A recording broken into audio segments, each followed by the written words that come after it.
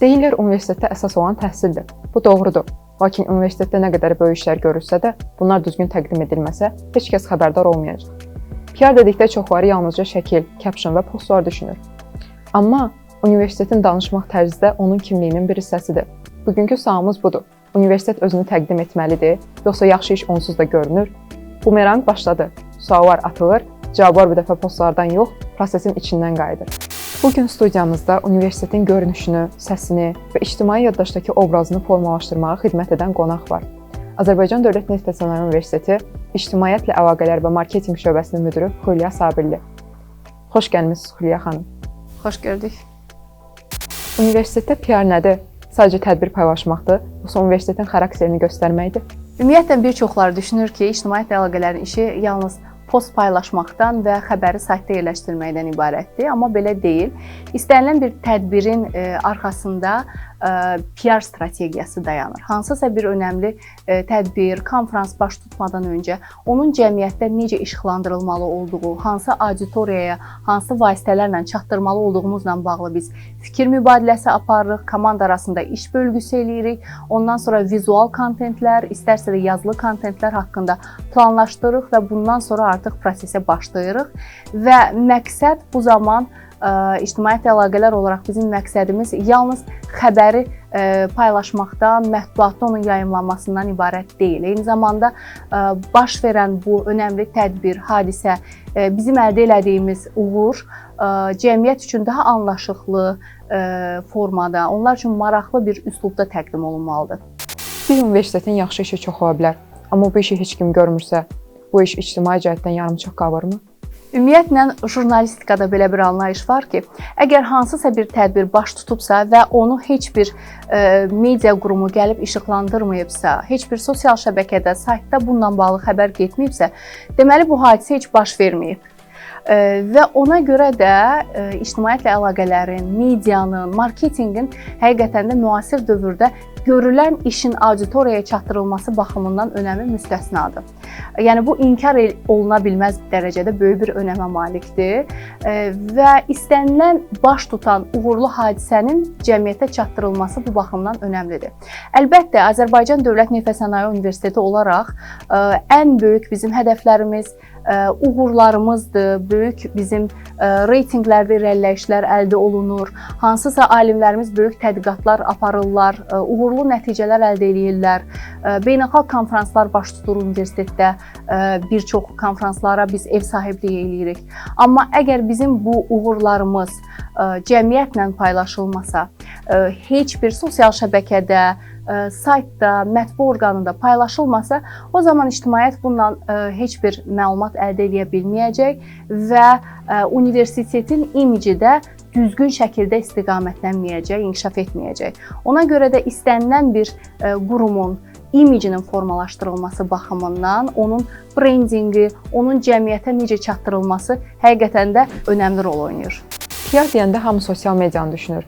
Bəs universitetin kommunikasiyası yalnızca Instagram postudur mu? Müasir dövrdə bütün sahələrdə olduğu kimi, marketinq və ictimaiyyətlə əlaqələr sahəsində də süni intellekt həddən artıq böyük bir təsir eləyir. Bugün bizim sosial mediada gördüyümüz o captionların bir çoxu süni intellekt vasitəsilə yazılır və ya paylaşılır. Əslində süni intellektdən düzgün istifadə eləmək marketinq sahəsində də vaxta qənaətə gətirib çıxaran bir elementdir. Amma müasir dövrdə artıq maraqlar dəyişib, auditoriyaların maraqları dəyişib.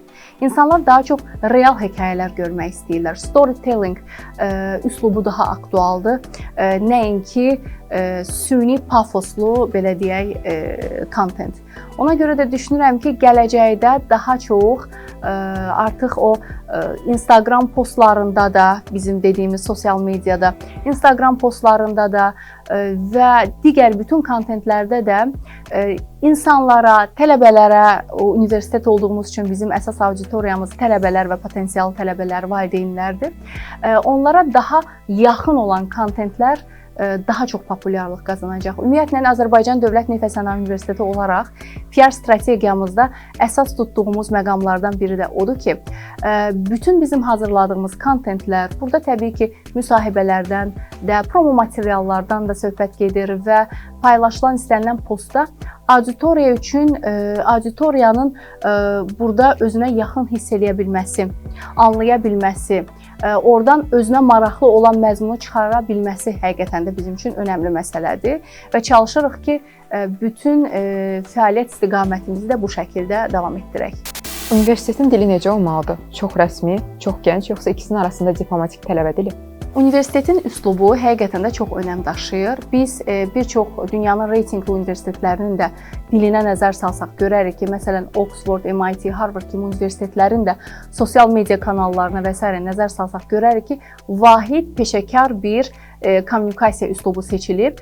Çünki bizim istifadə elədiyimiz adicə bir post əgər rəsmi səhifənin adından paylaşılırsa, bu artıq şəxsi fikir olmaqdan çıxır və bu qurumun adından paylaşılan rəsmi bir yanaşmadır, açıqlamadır, məzmundur, kontentdir və bunun böyük bir çəkisi məsuliyyəti var. Ona görə də tone of voice dediyimiz anlayış həqiqətən də çox önəmlidir. Eyni zamanda bunlar hamısı nəzərə alınmalıdır, peşəkarlıq nəzərə alınmalıdır. Buna baxmayaraq hansı auditoriyaya hansı kontenti vermək çox önəmlidir. Biz hansısa bir postu paylaşa bilərik.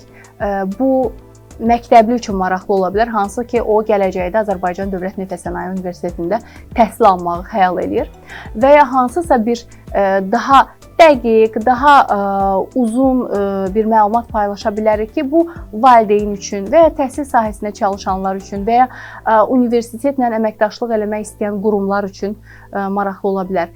Yəni, hədəf auditoriyasından asılı olaraq dili müəyyən eləmək önəmlidir ki, o auditoriyanı biz itirməyək, əksinə genişləndirək və universitetin peşəkar imicini, üslubunu, tonunu qoruyub saxlayaq. Çünki ictimaiyyətlə əlaqələr universitetin kənardakı səsidir. Bir postun uğurlu olduğunu necə bilirsiniz? Like sayına baxırsınız, yoxsa tələbələrin bunu bizə göndərmişlər deməsinə?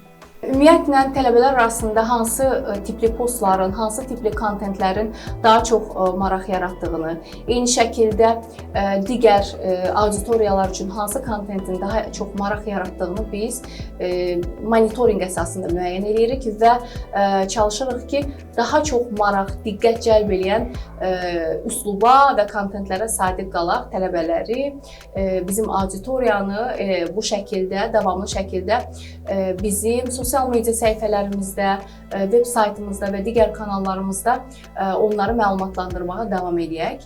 Amma eyni zamanda əlbəttə ki, tələbələrin özlərinin bizə müəyyən təklifləri olur. Biz bu şəkildə Azi İstedad, Azi Zoom, Bumerang və bir çox digər layihələrə ictimaiyyətlə əlaqələr və marketinq şöbəsi olaraq çalışırıq ki, daha da onları sosial şəbəkələrimizdəki layihələrimizə, eyni zamanda bizim görünən üzümüz olmağa davam eləsinlər. Onlardan biz çox dəstək almağa çalışırıq tələbələrimizdən və ümumiyyətlə düşünürəm ki, müasir dövrdə ictimaiyyətlə əlaqələr auditoriyanın da rəyi və auditoriyanın da istəyi əsasında formalaşmalıdır. Yəni, tələb və təklif olmalıdır. Tələbəyə nə maraqlıdır, valideynə nə maraqlıdır, elm sahəsində çalışan insanlara nə maraqlıdır, biz çalışırıq onun əsasında öz kontentimizi formalaşdıraq. Məsələn, ola bilər ki, bizdə hansısa professorumuz çox uğurlu bir, belə deyək, nailiyyətə imza atıb, yüksək reytinqli jurnallarda bizim alimlərimizin məqalələri vaxtaşırı çap olunur.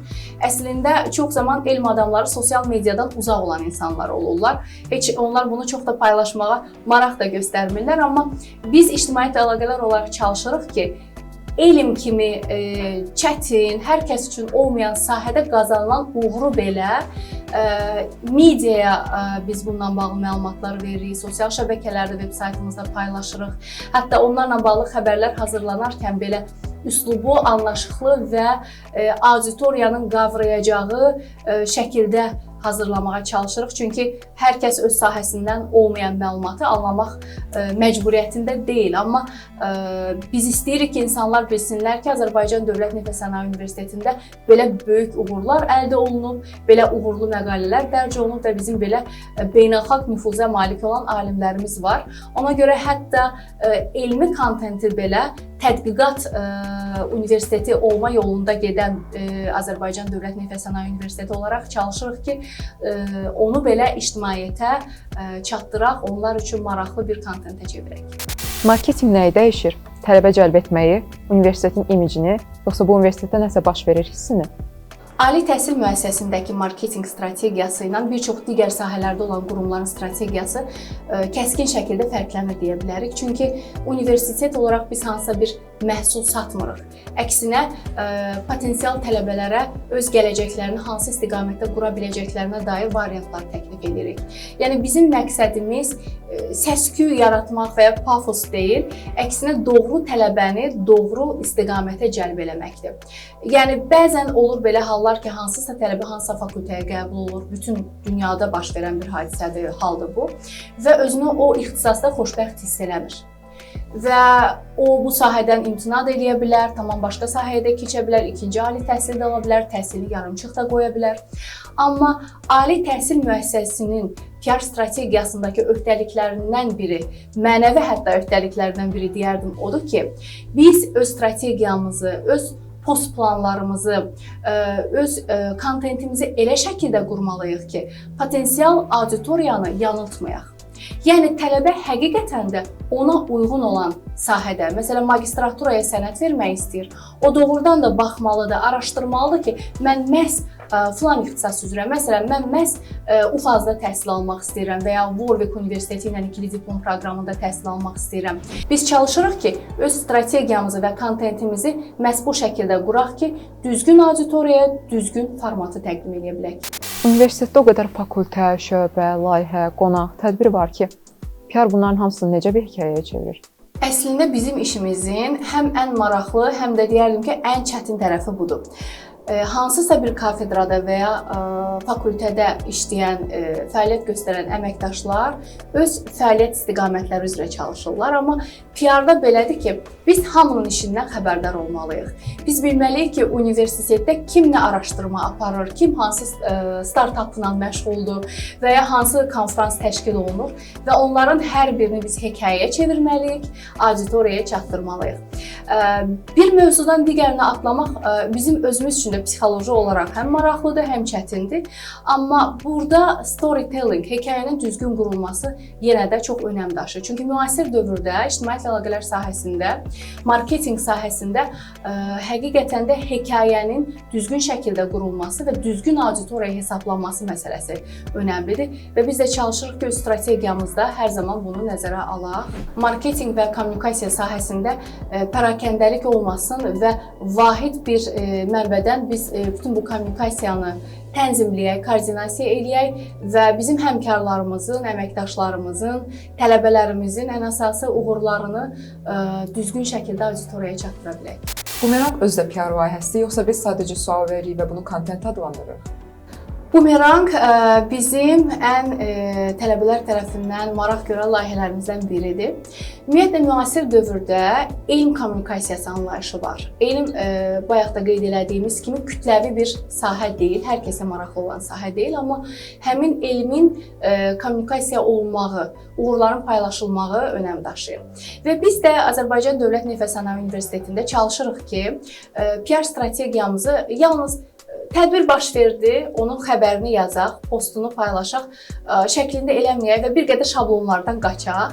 Və bu baxımdan da biz bir neçə belə layihələr artıq başladıq. O layihələrdən biri Bumerangdır və bizim həftəlik xəbər buraxılışımız var, Ayzi xəbər. Həftə ərzində paylaşdığımız xəbərləri görməyənlər həmin buraxılışda izləyə bilərlər. Lektor layihəmiz var. Orada biz uğurlu məzunlarımızı, eyni zamanda universitetin rəhbər heyətinin əməkdaşlarını qonaq edirik. Ayzi İstedad, Ayzi Zoom kimi layihələrimiz var ki, tələbələrimizi və universitetimizi tanıdırıq və nəzərdə tutulan gələcək bizim belə layihələrimiz də var. Yəni biz burada çalışdığımız nədir? Ənənəvi şablon universitet kommunikasiyası yanaşmasından bir qədər uzaqlaşaq. Hətta elm kommunikasiyasını belə bir qədər əyləncəli, asan qavranılan, asan auditoriya tərəfindən daha rahat qəbul olunan bir formata çevirək. Elə bumeranq da bu layihələrdən biridir deyə düşünürəm. Çünki bizim bir çox burada üzvlərimiz Azərbaycan Dövlət Neft və Sənaye Universitetinin əməkdaşları burada qonaq olublar, öz sahələri ilə bağlı məlumat veriblər və bir qədər də səmimi formatda keçən bu cür layihələrin üstünlüyü nədən ibarətdir? Bizim izləyicilərimiz görürlər ki, onların izlədiyi bu işlərin arxasında həqiqətən də real insanlar dayanır. Onlar necə bu işi görürlər, mətbəxində universitetin belə deyək nələr baş verir. Bir qədər biz çalışırıq ki, izləyiciləri öz dünyamıza çağıraq bu layihələr vasitəsilə, öz dünyamıza qonaq eləyək və onlar da bizi daha yaxşı tanısınlar, daha yaxından tanısınlar. İzləyici ilə universitet arasında körpü rolu oynayır bu cür PR layihələri və səmimiyyəti artırmağa çalışırıq deyək. Universitet əməkdaşını sosial mediada maraqlı göstərmək çətindir, çünki etiraf edək bir professoru trendə salmaq çətin işdir. Razıyam bu yanaşma ilə və ümumiyyətlə professorlar sosial şəbəkəyə çox da maraq göstərən insanlar deyil. Elm adamlarının sosial şəbəkələrdə vaxt keçirməyə o qədər də vaxtı olmur. Onların öz araşdırmaları var, öz önəmli tədqiqatları var. Ona görə də biz ictimaiyyət əlaqələr və marketinq komandası olaraq daha çox çalışırıq ki, onların gördüyü işi yenə də anlaşıqlı və sadə bir dillə belə deyək, izləyiciyə çatdıraq. Məsələn, hansısa bir xəbərdə biz başlıqda korroziya inhibitorlarını çıxartsaq, bu sahədən olmayan bir tələbə, mütəxəssisə bu maraqlı gəlməyəcək. Amma metallar niyə paslanır deyə bir sual qoysaq və həmin sualı cavablandıracaq mütəxəssisi dəvət edib onun dilindən həmin cavabı, onun elmi cavabını təqdim eləsək, bu müsahibə hər kəs üçün maraqlı ola bilər. Çünki hər kəsə maraqlı ola biləcək bir mövzudur. İstənilən elmi araşdırma mövzu böyük kütlələrə əslində maraq qazandıra biləcək bir çəkiyə malikdir. Amma biz sualı və başlığı düzgün şəkildə qoymalıyıq ki, auditoriya və bu xəbəri oxuyan, izləyən şəxs həqiqətən də bunun onun üçün maraqlı olduğunu, ona lazım olduğunu anlasın və ona nəyin lazım olub olmadığını müəyyən edə bilməsi üçün biz sadə, izləyiciyə daha yaxın şəkildə onu təqdim eləməliyik, düzgün baxış, düzgün vizual kontent vasitəsilə. Məsələn, bu istiqamətdə biz MIT News-un nümunə kimi götürə bilərik ki, mürəkkəb kontentləri də sadə və hekayə şəklində auditoriyaya təqdim edirlər. Əslində biz Azərbaycan Dövlət Neft və Sənaye Universitetinin ictimaiyyət əlaqələrini də çalışırıq ki, elə məhz bu istiqamətdə quraq. PR-dən çətin hissə nədir? Hamıya çatmaq, hamını razı salmaq, yoxsa 3 dəqiqəlik videoya 30 illik təcrübəni yerləşdirmək? Əslində ən çətini seçim eləməkdir. Ümumiyyətlə, təhsildə, marketinq və kommunikasiyada belə bir anlayış var, firefighting mode. Yəni, biz çalışmalıyıq ki, ictimaiyyət əlaqələr komandası olaraq çalışırıq ki, daha doğrusu, yanğın söndürən moddan çıxaq və strateji olaraq biz baxaq baş verən hadisələrə, uğurları hansı formada təqdim eləməyə. 3 dəqiqəlik videoya 30 illik təcrübəni sığışdırmaq mümkün deyil əlbəttə. Amma o 3 dəqiqəlik videoda hansı fikirlərin işıqlandırılmasını müəyyən eləmək mümkündür. Və bu fikirlər elə seçilməlidir ki, hamını razı sala bilək. Bu fikirlər həm müəllimin, həm tədqiqatçının, həm əməkdaşların, həm tələbələrin ürəyindən xəbər verə bilsin. Hər şeyi 3 dəqiqəyə sığışdırmaq olmasa da, ən önəmli, ən yadda qalan, ən cəlbedici məqamları o 3 dəqiqəyə sığışdırmaq lazımdır ki, auditoriyanı da və oradakı iştirakçıları da razı salmaq mümkün olsun. Universitet brendi nə vaxt güclü sayılır? Loqo gözəl olanda, yoxsa məzun və tələbələr onun adına qürurla deyəndə? Universitetin əlbəttə ən önəmli uğurları, əlbəttə onun uğurlu tələbələridir.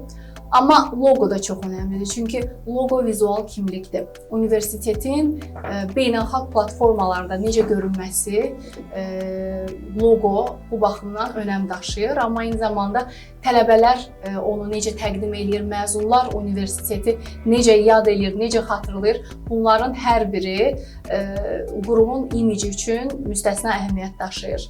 Amma bunlarla yanaşı tone of voice çox önəmlidir. Yəni korporativ bir mail belə universitetin peşəkarlığından, imicindən xəbər verir. Bu baxımdan üslub, dil və necə özünü təqdim eləmək ictimaiyyət qarşısında hər biri universitetin peşəkar brend olaraq daha güclü formalaşmasına xidmət edir. Bir böhran və ya anlaşılmazlıq olanda PR nə edir? Sakit qalır, izah eləyir, yoxsa əvvəlcə hamıya panika yoxdur deyir? Böhran zamanı kommunikasiya istənilən qurumun ictimaiyyət əlaqələrinin qarşısında olan ən böyük, ən önəmli məsələlərdən biridir. Çünki böhran zamanı ən önəmli məsələ yalnız qurumun reputasiyasını qorumaq deyil, eyni zamanda insanların etibarını da itirməməkdir. Bu baxımdan düzgün, vaxtında verilmiş cavab önəmlidir. Böhran halı baş verdikdə, mübahisəli bir durum yarandıqda ictimaiyyət əlaqələr və marketinq komandası rəsmi mənbədən, rəhbərlikdən və məsul nümayəndələrdən cavabı almalı, dəqiq açıqlamanı mətbuatdan öncə özü paylaşmalıdır və bundan sonra artıq digər media orqanları həmin rəsmi məlumatı paylaşa bilərlər. Böhran zamanı ən önəmli məsələlərdən biri dəqiq olmaq və sürətli olmaqdır. Gələcəyin universitet PR-ı necə olacaq? Daha çox video, daha çox hekayə, yoxsa süni intellektlə yazılmış çox ağıllı captionlar?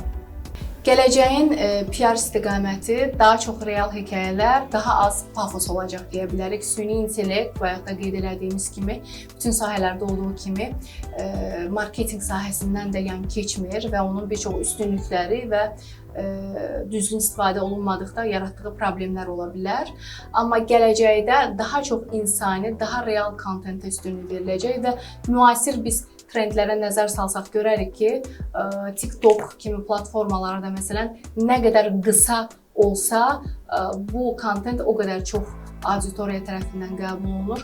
Gələcəkdə bu müddət biraz da qısalacaq artıq. Çünki artıq Facebook auditoriyası ilə TikTok auditoriyası bir-birindən tamamilə fərqlənir və hər sosial şəbəkənin yaşı müxtəlifdir. Yəni TikTokdan, Instagramdan daha çox gənclər istifadə edir, Facebookdan daha çox orta yaşlı nəsil əsasən istifadə edir və buna görə də gələcəyin kontenti də dəyişəcək. Daha çox, daha qısa olacaq, amma kontentin daha qısa olmağı daha asan hazırlanmağı demək deyil. Bu daha böyük bir məsuliyyət qoyur əslində bizim sahənin əməkdaşlarının qarşısında. Yəni qısa müddətə çox və təsirli mesaj vermə qabiliyyəti artıq ictimaiyyət əlaqələr sahəsində çalışan insanlarda formalaşacaq. Hülya xanım, təşəkkür edirik. Görünür PR sadəcə universitetin görünən tərəfi deyil, həm də gördüyü işin düzgün başa düşülməsidir.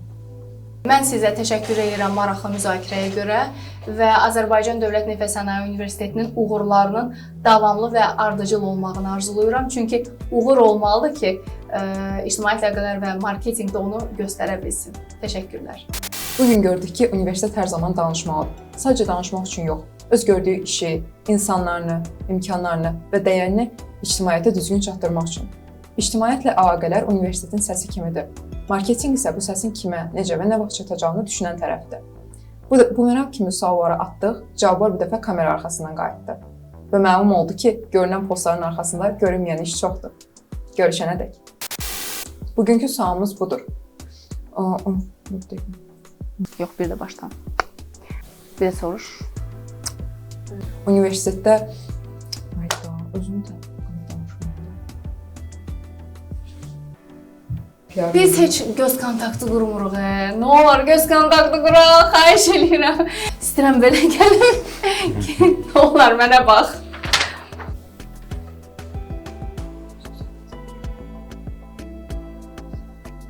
İkisi də vacibdir, sürətli olmaqdır, orada kəsək.